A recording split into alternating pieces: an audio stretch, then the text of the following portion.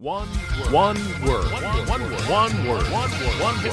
hypnotist, Chris Jones. Chris Jones. One word. Do you ever watch the comedian Jim Jeffries? No. He would end his TV show by, "I'm Jim Jeffries, and I'm saying we can all do better. Good night." And I think that's a pretty fantastic way to end a show. That is a great way to end a show. Tell them who you are, say everyone's at fault, we can all do better. Have a good night. I would say, hey, think about this as you're driving home. What are you going to do to change the world? Boy, I will do my best to think of people I'm going to see today, but I'll think of them like my mom. My mom, who I love unconditionally, I'm not going to tear what you believe down because it does nothing for me.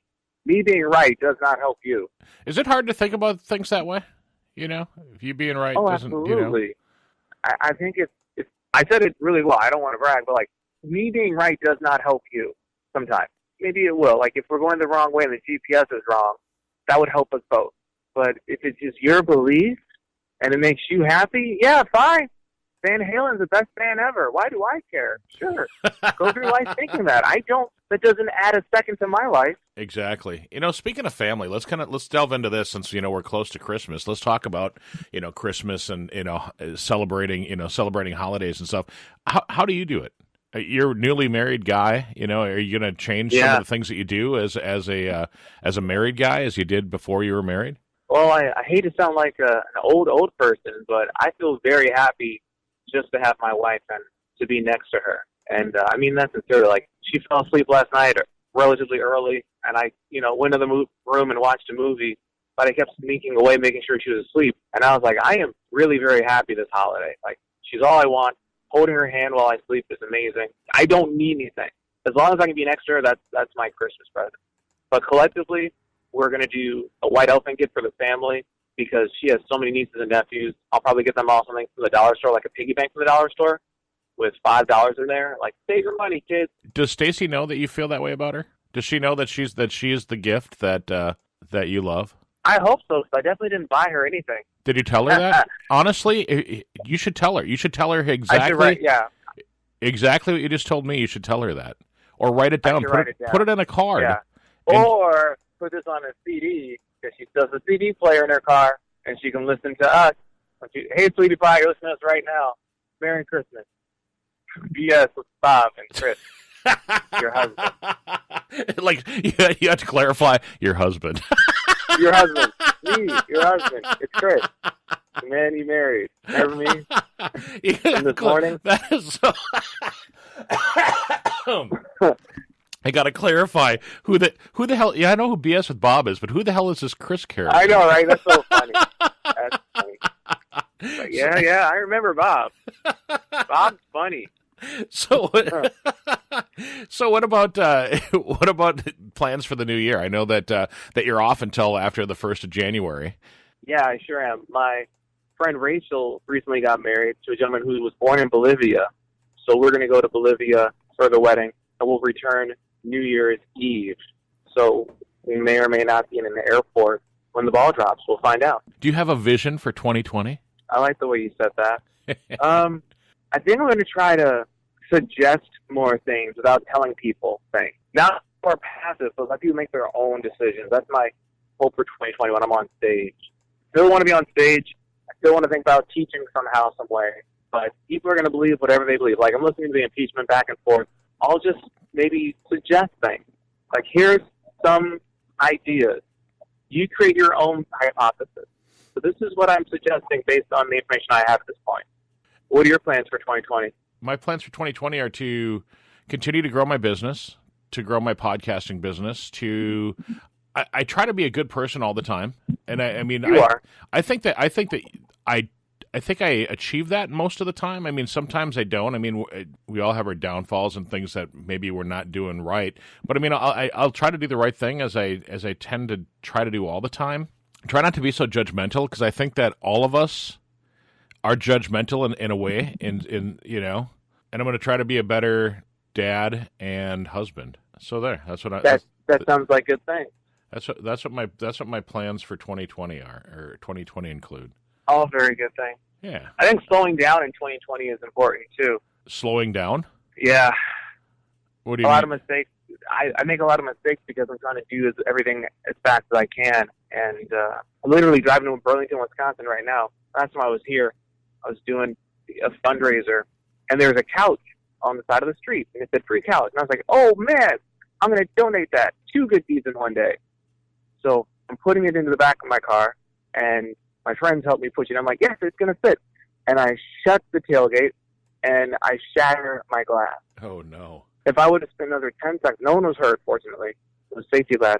But if I would have spent another 10 seconds, I would have pressed down slowly, said, oh, I need more clearance space. Or maybe I don't really need this couch. Even though I want to donate it, maybe I don't. And so I just drove from Burlington to Chicago 90 miles without a rear glass. Huh. And then I had to spend $100 to get it replaced. Isn't there a saying that says no good deed goes unpunished? Yeah. No good deed goes unpunished. Yeah, my dad would say that too. Do you believe that? It's a good question. I was having food with a buddy the other day, and I said, good deeds, or no, the right act just doesn't get punished. So when I pay my car meter, I don't get a ticket. I don't get a certificate saying, hey, you pay, the meter. The absence of a negative deterrent. So, short answer, maybe. It made sense yesterday at dinner. I was like, look, if I pay the meter, nothing bad happens to me. But if I don't, something very bad happens to me. Instead of paying $2, I lose $60. So the other day, when I was going to work, I work at a restaurant/bar that's attached to the lacrosse center, and we park in the parking ramp that is right next to the lacrosse center.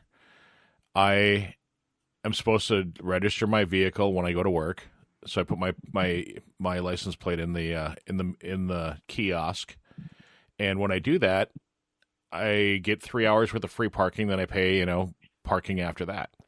Well, in the time that it took from parking my car to going to the kiosk, the cop gave me a ticket because my car was unregistered in the lot. No. And so I went to City Hall yesterday to fight it. And you know how they say you can't fight City Hall? Well, you can reason. Yeah. You can reason with them. Good. Because they said they said we've had that happen a couple of times when there's been a cop in there or the parking enforcement in there at the time when somebody's actually doing it. So we'll look at the cameras and you'll probably get off. And I was thinking, probably get off. I better get off. They're like ninjas. They are. Yeah, sometimes they are. So, did you get to Burlington? Are you there now? You're on your way to your interview? No, I pulled over the car, and it's embarrassing. Another reason I just slow down. When I agreed to the interview, there's a very sweet lady. She came up to me after I did the fundraiser, and she said, I'm writing a book about Chicago. I was a Chicago teacher. Could I interview you? And I was like, yeah, absolutely, please. She said, okay, we exchanged numbers. And then I went on about my life. And she called me out the blue. And she said, hey, this is this person. Would I interview you? I was like, yeah, absolutely. And she's like, okay, well, let's pick this day and this time. All right. I'll confirm with you the day before. All right. Bye-bye. Click. And then I was like, a month later, I forgot her name. I don't know her telephone number. So I'm driving. I'll know what she looks like. But I can't call and be like, hey, are we still good for today?